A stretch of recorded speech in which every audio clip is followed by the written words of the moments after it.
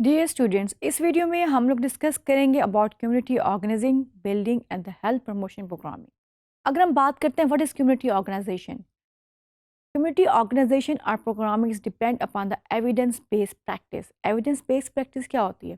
Systematically finding, appraising and using evidence as basis for the decision making.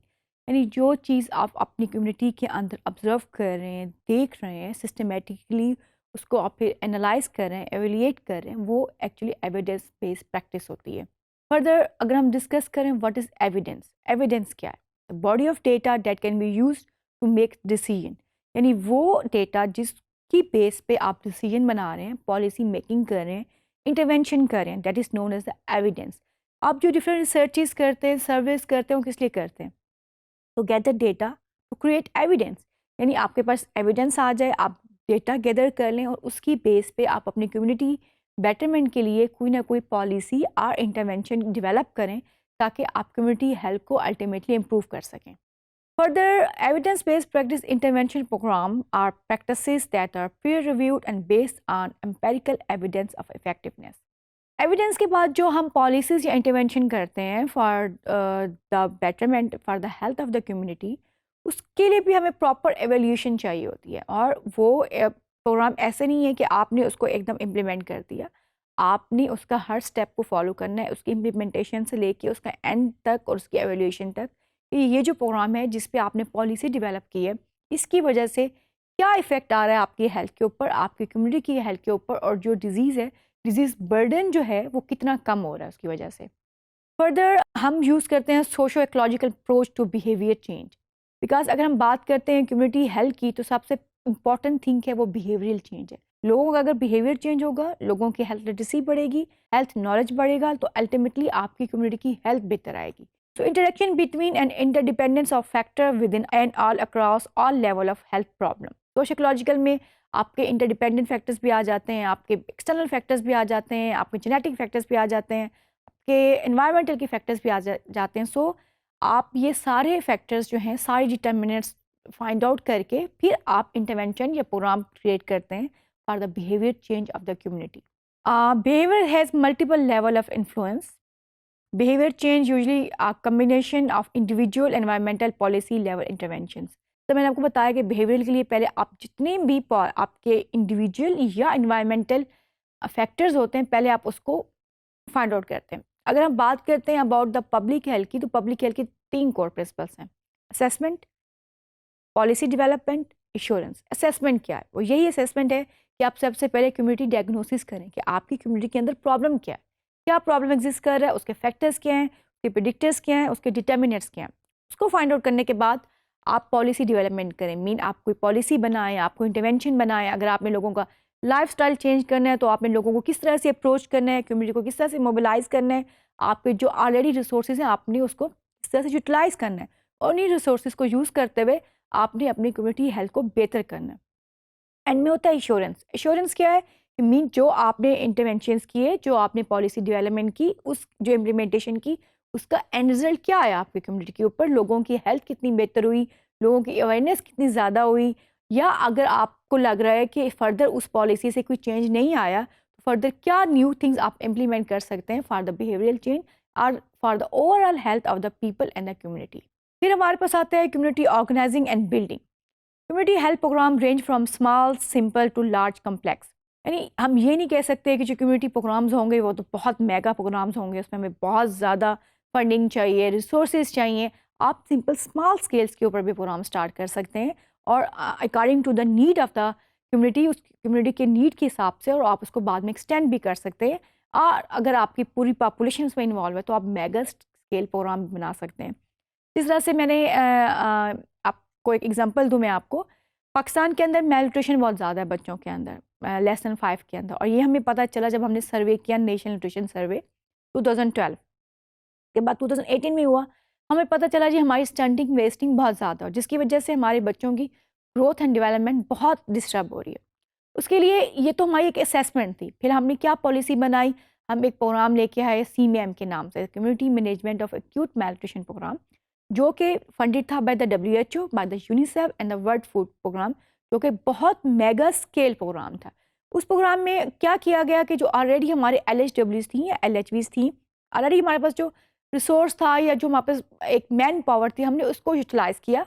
हमने उनको training दी, हमने छोटे छोटे कम्युनिटी हाउसेस बनाए कि वो ख़वातीन वहाँ से लोगों के घरों में जाएंगी, वहाँ जाके उनको बच्चों को स्क्रीन आउट करेंगी। इन केस किसी बच्चे को ज़रूरत होगी तो उसको रेफ़र कर देंगी। पहले कहाँ रेफ़र करेंगी? उसी एरिया के किसी बेसिक हेल्थ यूनिट पे या रूरल हेल्थ सेंटर पे। वंस वो वहाँ पे ट्रीट होंगे, उसके बाद वो वहाँ आपके अगर वहाँ पे ट्रीट नहीं हो सकते तो फर्दर रेफ़र हो जाएंगे किसी तहसील हेडक्वार्टर हॉस्पिटल में या टर्शियरी केयर में।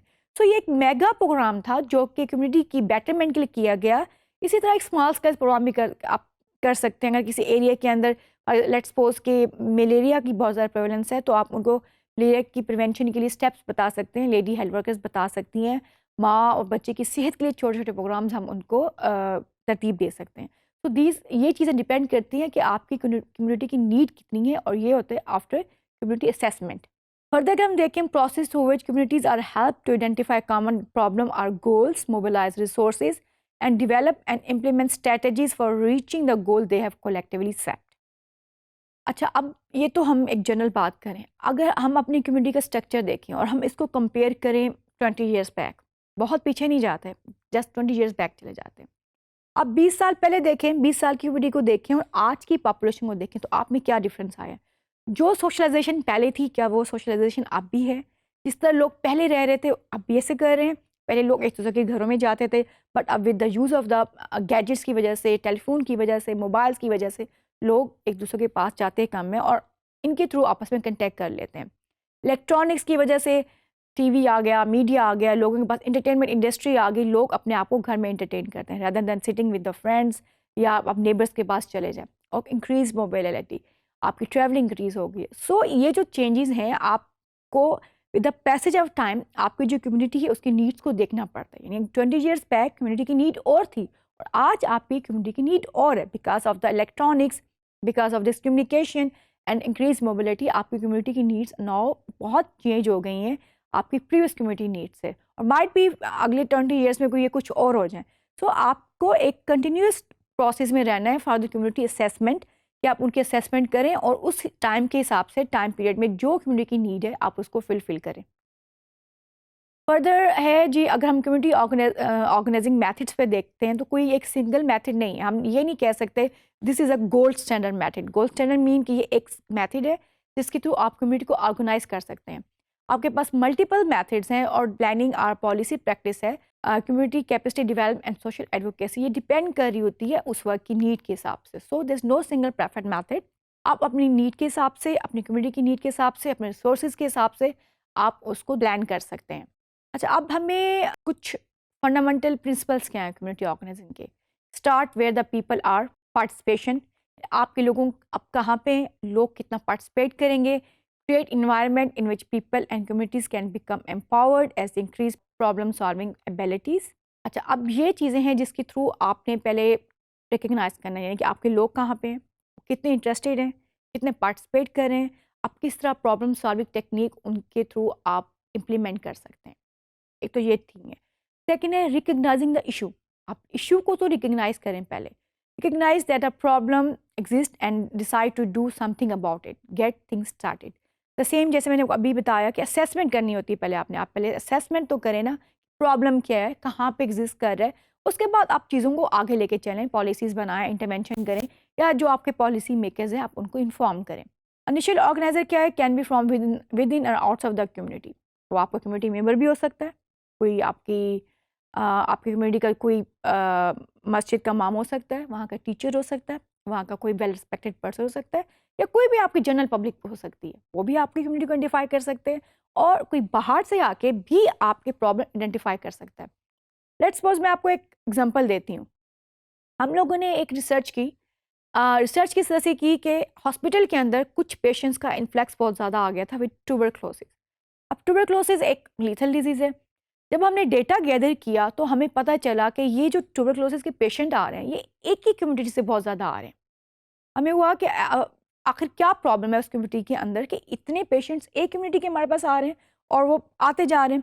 सो उसके बाद हमने कम्युनिटी असेसमेंट्स का प्रोग्राम बनाया और हम उस कम्युनिटी के अंदर गए। हमने वहाँ जाके डोर टू डोर सर्वे किया और हमें पता चला कि वहाँ उस एरिया के आसपास विद इन कुछ रेडियस के अंदर कोई वैक्सीनेशन सेंटर ही नहीं है, यानी कोई वैक्सीनेशन सेंटर नहीं है, जिसकी वजह से कम्युनिटी अपने आप को वैक्सीनेट नहीं कर पा रही और वो इस वजह से उस डिजीज़ के साथ आ रही है।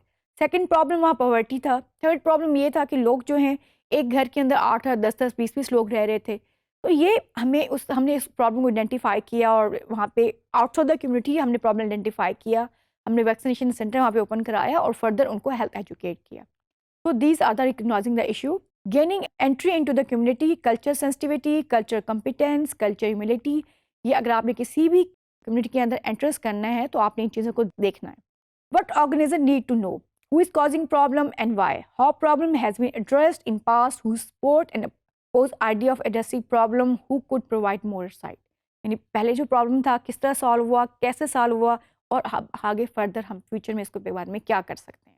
So arriving at a solution and selecting the intervention strategy after all this procedure, अब हमारे पास क्या है जी, हम सोल्यूशन पे आ जाएं, इंटरवेंशन स्ट्रेटजीज बनाएं। Probable outcome acceptability to the community, जो भी इंटरवेंशन स्ट्रेटजी या आपने पॉलिसी बनानी है, मेक श्योर कि आपकी जो पॉपुलेशन है, आपकी कम्युनिटी है, उसके लिए वो एक्सेप्टेबल हो, यानी वो उसको करने के लिए राज़ी हो। ये ना हो कि आप पॉलिसीज़ बनाएं, आप इम्प्लीमेंट कर दें, लेकिन वहाँ की जो कम्युनिटी या पॉपुलेशन वो आपके साथ ही ना हो, तो एक्सेप्ट ना करें। probable long and short term effect and cost of resources, so these all are the things जो कि हमें community organization के अंदर देखना है। अब now the final steps है implementing, relating, maintaining and the looping back। so these are the steps जो कि community organization या community building के अंदर हम लोग देखते हैं। फर्दर हमारे पास हेल्थ प्रमोशन प्रोग्रामिंग है। हेल्थ प्रमोशन प्रोग्रामिंग में important tool for the community health professions, जो भी कम्युनिटी हेल्थ में काम कर रहे हैं या sociology of health and illness में काम कर रहे हैं, उनके लिए एक इंपॉर्टेंट टूल है हेल्थ प्रमोशन प्रोग्रामिंग का। तो हम कैसे कर सकते हैं? Health education is a part of health promotion programming. अगर आप प्रॉपर हेल्थ एजुकेशन इम्पार्ट करें तो आप हेल्थ प्रमोशन बहुत इंप्रूव कर सकते हैं। For the more health promotion more encompassing the health education, यानी हेल्थ एजुकेशन से ज़्यादा जो स्ट्रेंथ है वो आपकी हेल्थ प्रमोशन है। यानी आप प्रमोशन करें, आप थ्रू इलेक्ट्रॉनिक मीडिया कर सकते हैं, प्रिंट मीडिया कर सकते हैं, किसी को कम्युनिकेट कर करके कर सकते हैं। तो these are the health promotion programming. तो सम अप हम ये कह सकते हैं कि community organising, building and health promotion programme में एक साइकिल में चलता है। आपने सबसे पहले कम्युनिटी की असेसमेंट करनी है, फिर पॉलिसी बनानी है और एंड में इंश्योरेंस लेनी है कि जो आपकी पॉलिसीज़ या जो आपकी इंटरवेंशंस हैं वो कितनी सक्सेसफुल हुई हैं। Thank you very much.